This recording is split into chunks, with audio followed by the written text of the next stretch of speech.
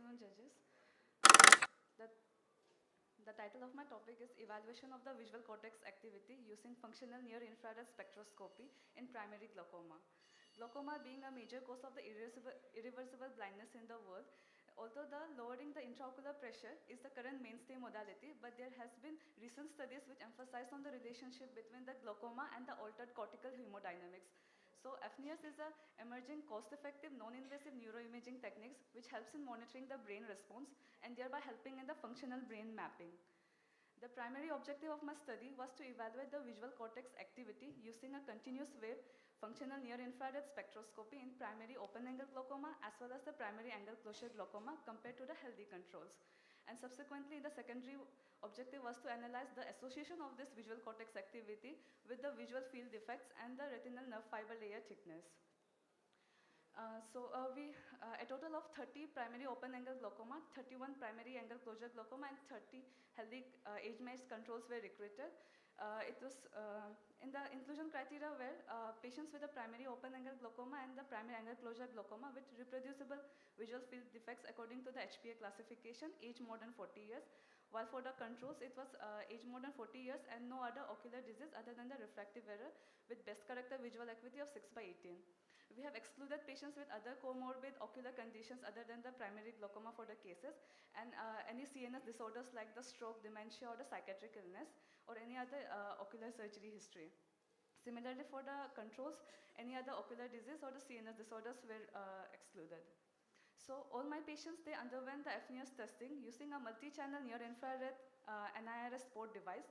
It consisted of 8 light-emitting diode sources and 7 detectors. So we used the wavelengths of 760 nanometer and 850 nanometer.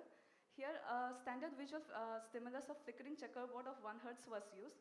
The visual cortex activity was evaluated in terms of the maximum amplitude of change in the oxyhemoglobin over 10 seconds, and a comparison was done between the 3 groups. The statistical analysis was done using the SPSS versions 29. The change in the oxyhemoglobin, which we had evaluated, was compared among the 3 groups using the ANOVA, followed by a post-hoc Turkish honest significance test for comparing the group differences between any 2 groups. The Pearson correlation was then conducted to assess the relationship between the maximum, the visual cortex activity and the disease severity. It was an age-matched patient distribution. The mean age was 53 years among all the 3 groups. The POAG and the PACG were classified based on the severity according to the HPA classification and were found to be similar in the severity distribution. Now coming on to the results, a characteristic response of increased oxyhemoglobin during the stimulus presentation was seen in all the participants. So here we have seen that the maximum amplitude of change in the oxyhemoglobin concentration was significantly lower in the primary open-angle glaucoma and the primary angle closure glaucoma compared to the healthy controls in the right and the left middle occipital gyri, while there was no significant difference between the 2 glaucoma groups. This is a table showing the channels with a significant difference in the maximum amplitude between the PACG, POAG, and the control groups. Now coming on to the association of the visual cortex activity with the disease severity. Now this graph is for assessing the visual cortex activity with the visual field mean deviation. Here we can see that there is a significant negative correlation of the visual field mean deviation with the visual cortex activity.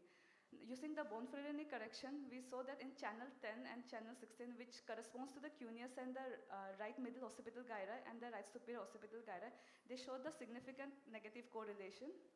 Now, and in the results, comparing the association of the visual cortex activity with the RNFL thickness in the glaucoma group, there was a positive correlation.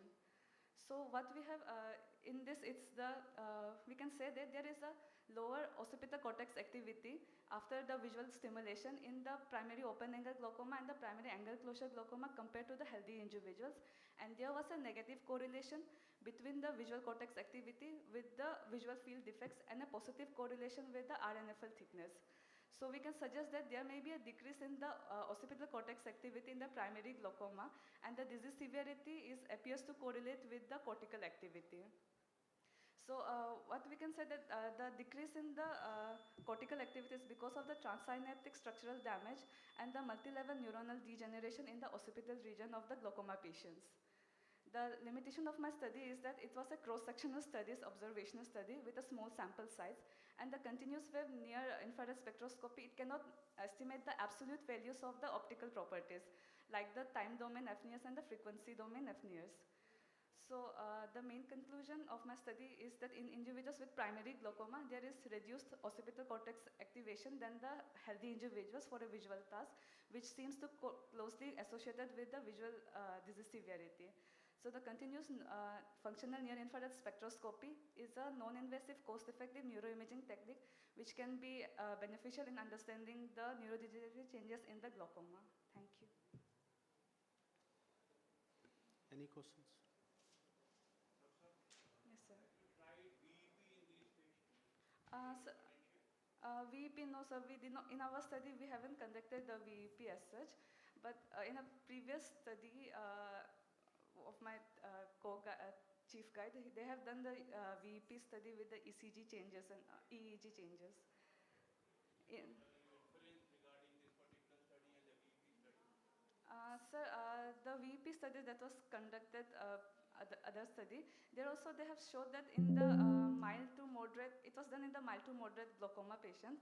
So in the VEP changes like in the EEG, so In the P wave amplitude. yes, sir. So Would get confused with you. yes, sir. So in the glaucoma patients, like with the increasing severity of the disease, there were changes in the VEP, like so VEP as such. We did not conduct a different study, sorry, sir. Sorry. In your study, you chose mild and moderate glaucomas. Ma'am, mild, moderate, severe. Severe. So, yes, ma'am. how did it correlate? Ma'am, with the increasing severity, like for the first was to assess the difference between the glaucoma and the healthy. Then after the glaucoma, we have taken with the increasing severity, there is decrease in the occipital visual cortex activity. How did it correlate with their visual fields? Ma'am, as the visual field, the mean deviation, we have taken the mean deviation. So as it rises, the mean deviation, it increases, the visual cortex activity is decreasing. That's the... And there was no significant cataract, refractive We error? have excluded All that. of that has been excluded Yes, and ma'am. taken care of. Yes, ma'am.